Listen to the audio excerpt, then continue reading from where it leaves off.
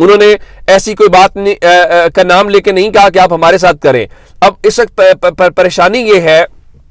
کہ اعلان تو یہ کر بیٹھے ہیں, اب ان کے اپنے اتحادی کھسک رہے ہیں. اب یہ ساری جماعتیں یہ تو کہہ رہی ہیں, جیسے جماعت اسلامی اسلام آباد پہنچ گئی ہے, باقی تحریک انصاف ہے, اگر اس کا لانگ مارچ شروع ہو گیا تو ابھی تو حکومت نے حلف بھی نہیں اٹھایا, اور یہ صورتحال بنتی ہوئی دکھائی دے رہی ہے. تو آگے چل کے کیا ہوگا, اس میں کوئی شک نہیں ہے کہ ان انتخابات کے دوران جو کچھ ہوا ہے, جو خبریں رپورٹ ہو رہی ہیں, میرے خیال سے یہ ہنڈیا بیچ چوراہے جو ہے وہ پھوٹتی ہوئی دکھائی دے رہی ہے. اب مسلم لیگ نون اور پیپلز پارٹی چونکہ عمران خان کے ڈر سے اکٹھے ہوتے ہوئے دکھائی دے رہے ہیں, ان کو لگتا ہے کہ اگر ہم اکٹھے نہ ہوئے تو پھر عمران خان آ جائے گا, اور عمران خان آ گیا تو پھر صورتحال خراب ہو جائے گی. میں آپ کو بتا دیتا ہوں, آج نواز شریف اور شہباز شریف کی ملاقات ہوئی ہے, اس کے بعد شہباز شریف کی رہائش گاہ کے اوپر ایک اجلاس ہوا ہے. شہباز شریف نے وہاں پہ اپنی جو پارٹی قیادت ہے اس کو یہ کہا ہے کہ جی ہم پیپلز پارٹی کو دوبارہ سے قائل کرنے کی کوشش کرتے ہیں, اور پیپلز پارٹی کو وزارتوں کے جو ہے وہ دعوے کرتے ہیں. پیپلز پارٹی یہ کہہ رہی ہے کہ ہم آئینی عہدوں کے اوپر کوئی کمپرومائز نہیں کریں گے. اچھا, ایک طرف کہتے ہیں کہ جناب ہم جو ہے وہ اس کے اندر نہیں آئیں گے, کابینہ کے اندر شامل نہیں ہوں گے, اور اس کے ساتھ یہ بھی کہتے ہیں کہ جناب ہم کسی قسم کا جو سمجھوتا ہے وہ جو ہے وہ نہیں کریں گے. اب اگر آپ کابینہ میں حصہ نہیں بن رہے تو پھر آپ سمجھوتا جو ہے وہ بھی تو عملی طور پہ کر ہی رہے ہیں. تو لیکن یہ ظاہر ہے پیپلز پارٹی دونوں طرف جو ہے وہ کھیلنے کی کوشش کر رہی ہے. اب آج ایکسپریس ٹریبیون سے ایک بڑی خبر ہے, اور ایکسپریس ٹریبیون نے یہ دعویٰ کیا ہے کہ اس وقت مسلم لیگ نون درخواست اپنی جگہ کے اوپر کرتی پھرے, لیکن ایکسپریس ٹریبیون کے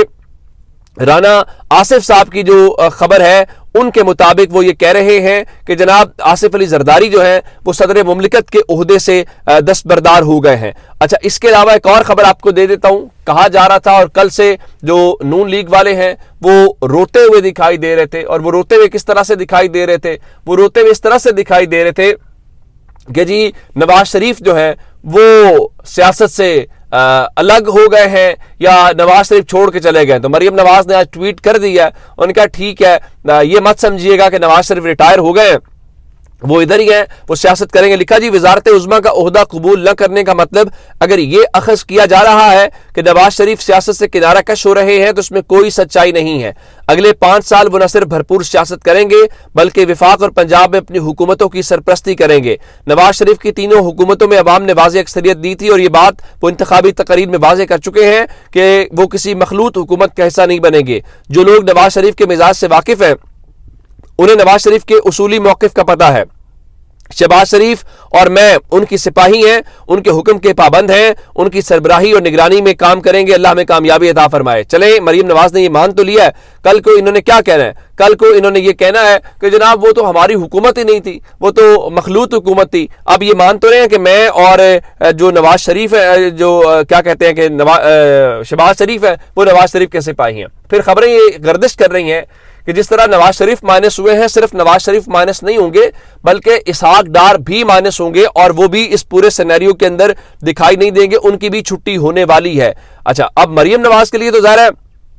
اس گیم چینجنگ صورتحال ہے. خبر آئی ہے کہ جناب جو چیف سیکرٹری پنجاب زاہد زمان ہے وہ جاتی عمرہ گئے ہیں, مریم نواز سے انہوں نے ملاقات کی ہے, اور صوبے کے حوالے سے ان کو تفصیلاً بریفنگ دی ہے, اور ان کو وزیر اعلیٰ پنجاب کا امیدوار بننے کے اوپر مبارکباد دی ہے. یعنی آپ دیکھیں ابھی الیکشن نہیں ہوا لیکن افسر شاہی جو ہے باقی ان کو بڑا آئین اور قانون غریب آدمی کے اوپر یاد ہوتا ہے. ان سے پوچھا جائے نا کہ آپ کس سلسلے میں وہاں پہ چلے گئے ہیں تو کوئی اس کا جواب نہیں ہوگا. اچھا, اب پیپلز پارٹی مسلم لیگ نون کے متعلق تو میں نے آپ کو بتا دیا ہے, اور میں نے آپ کو جماعت اسلامی ان سب کے بتا دیا ہے. عوامی نیشنل پارٹی نے بھی کچھ ایسا ہی اعلان کیا ہے, اور عوامی نیشنل پارٹی یہ کہہ رہی ہے کہ وہ انتخابی نتائج کے خلاف تحریک چلائیں گے. اور اس سلسلے میں تحریک کیا ہے, انہوں نے کہا جی ہم جو رد و بدل ہے اس کے اوپر کیا گیا ہے, تو اس سلسلے میں باقاعدہ 20 فروری کو وہ ضلع ثوابی سے احتجاجی تحریک چلانے کے حوالے سے کہہ رہے ہیں کہ مظاہرہ ہوگا, اور اس کے بعد دوسرا مظاہرہ جو ہے وہ 23 فروری کو 4 صدا کے اندر کرنے جا رہے ہیں, جس کا مطلب یہ ہے کہ کام آگے بگڑتا ہوا دکھائی دے رہا ہے. اور پھر تحریک انصاف تو پہلے ان کے لیے تو مشکلات ہیں. اب اگلی خبر یہ آئی ہے, جس طرح سے انصار عباسی نے کہا تھا جی پاکستان تحریک انصاف کو مخصوص نشستیں نہیں ملیں گی. اب آپ کو پتہ ہی ہے کہ انصار عباسی یہ سب لوگ کہاں سے بولتے ہیں, تو وہ خبر آ گئی ہے جی کہ پاکستان تحریک انصاف کو واقعی مخصوص نشستیں نہیں ملیں گی. اس کی وجہ یہ ہے کہ الیکشن کمیشن والے یہ کہتے ہیں جناب کہ الیکشن ایکٹ کی سیکشن 104 کے تحت جو ہے وہ آپ کو ایک ترجیح لسٹ جمع کروانی ہوتی ہے، جو کہ مجلس وحدت المسلمین نے جمع نہیں کروائی، اور وہ فہرست جمع کروانے کا جو ہے وہ وقت بھی گزر گیا ہے، اور تاریخ گزرنے کے بعد ترجیح فہرست میں تبدیلی یا اضافہ ممکن نہیں ہے۔ تو اس لیے اگر آپ الحاق کر بھی لیں تو پاکستان تحریک انصاف کو اس بارے میں کسی قسم کا وہ انصاف نہیں مل سکتا۔ تحریک انصاف کو میرے خیال سے انصاف جو ہے وہ ملنے کی توقع رکھنی بھی نہیں چاہیے۔ ان کو وہ اگر موجودہ صورتحال میں یہ سمجھتے ہیں کہ کوئی ان کو انصاف دے گا تو میرے خیال سے یہ ان کی غلطی ہوگی۔ اچھا، لاہور میں تو ہم نے یہ دیکھا کہ جناب یہاں پہ وسیم قادر پاکستان تحریک انصاف کے وہ شامل ہو گئے تحریک نون لیگ میں، تو اس کے اوپر تو بڑی تھو ہوئی کہ آپ